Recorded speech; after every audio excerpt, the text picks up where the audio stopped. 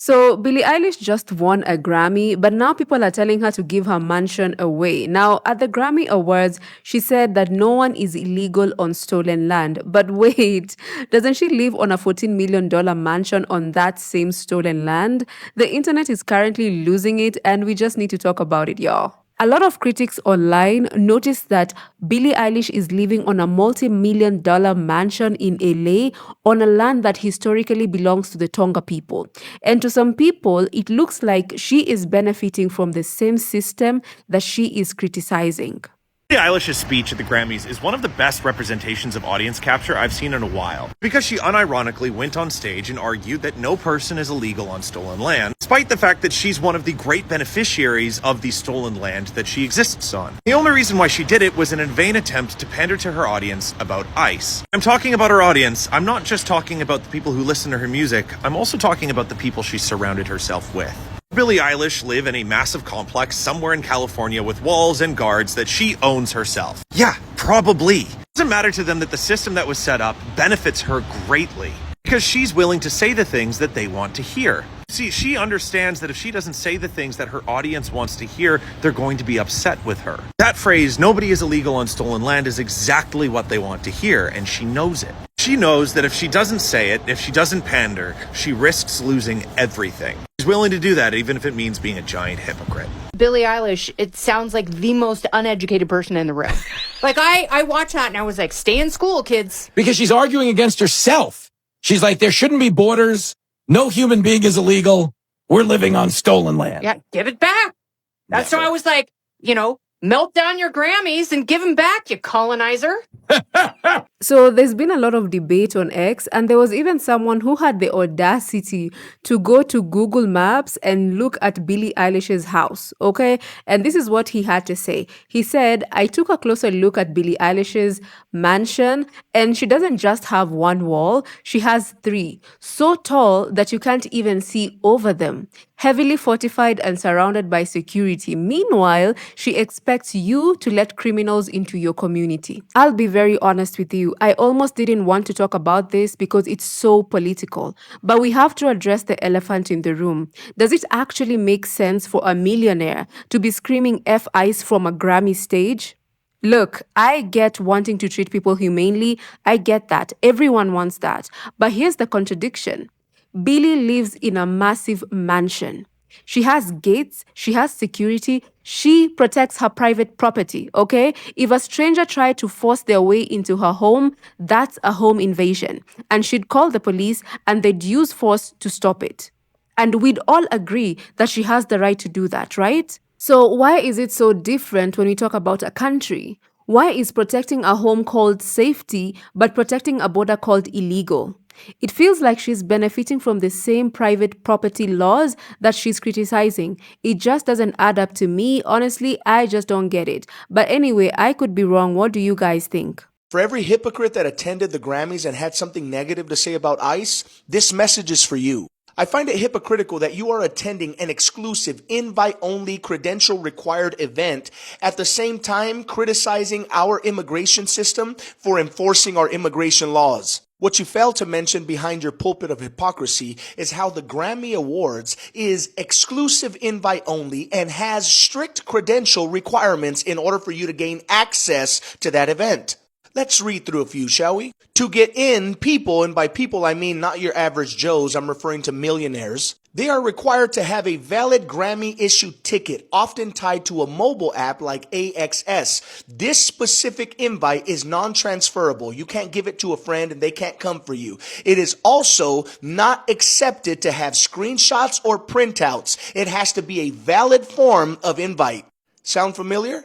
But that invite alone isn't enough. You are also required to show a valid government-issued ID matching the ticket holder's name, especially for special packages like charity, auction, experiences. But that's not all, because if you're media or if you're a publicist, you also require credentials, which goes through an application and an approval process before a deadline. Missing that deadline means you cannot get a pass credential. Wow, how inconvenient and how unjust.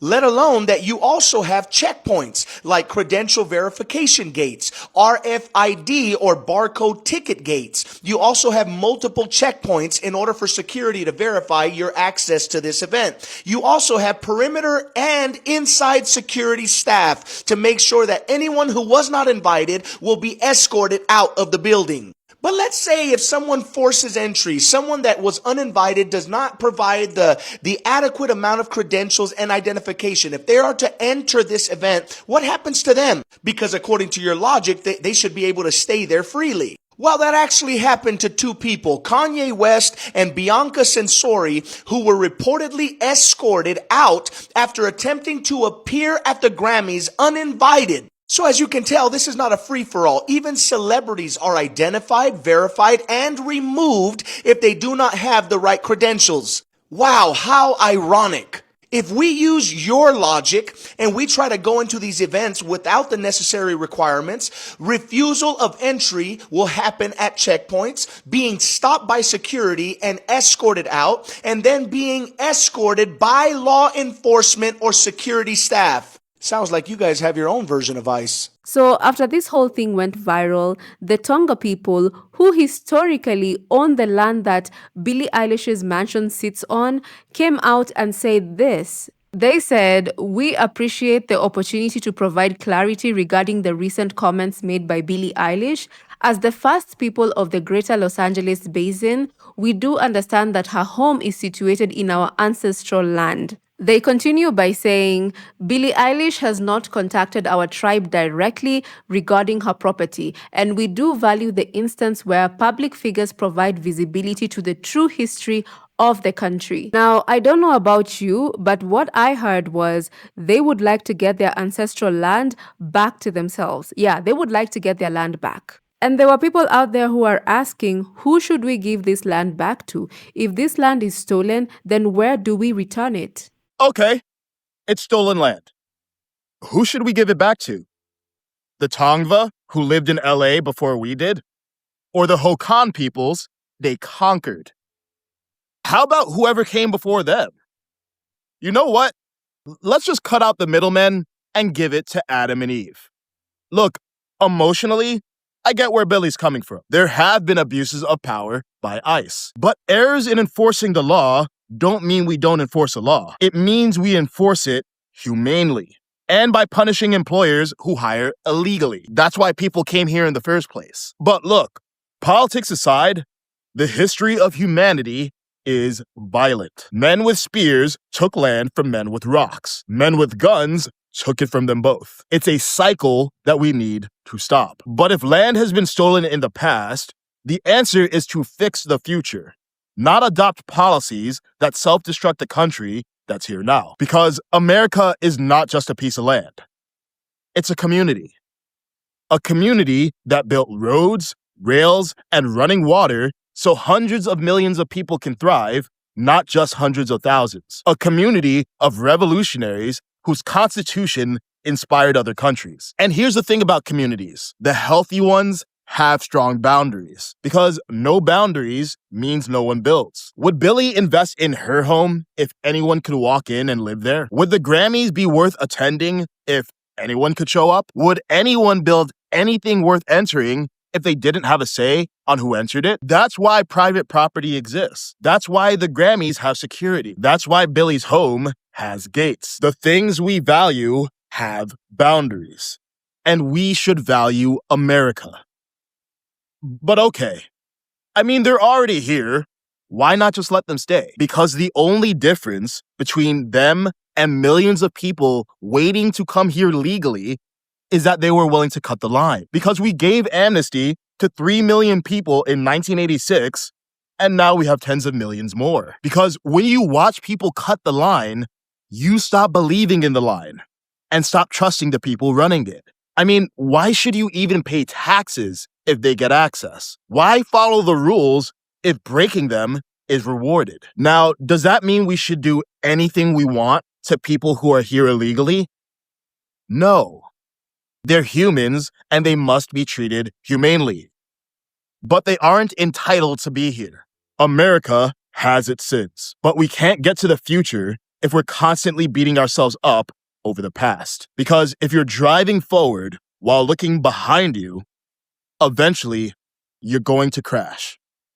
So let's be aware of our sins, but focused on our wins. And there is one Australian man who's decided to test Billie Eilish's stand on no one is illegal on stolen land, and he's planning to go to the US and actually squat at her mansion until security tells him to leave. That's what he's planning to do. And we're all asking, like, will Billie welcome him, or will this be illegal after all? I'm not planning on doing anything illegal. I will just sit outside her house until somebody asks me to leave. I think it would be important to test this theory that, nobody is illegal on stolen land. So I want to test it out. And I know she's got this beautiful mansion in Malibu that's worth $6 million. So I'm going to fly over. I'm going to literally fly over as a non-American. And as we know, no one's illegal on stolen land. And I'll just sit outside until somebody asks me to leave.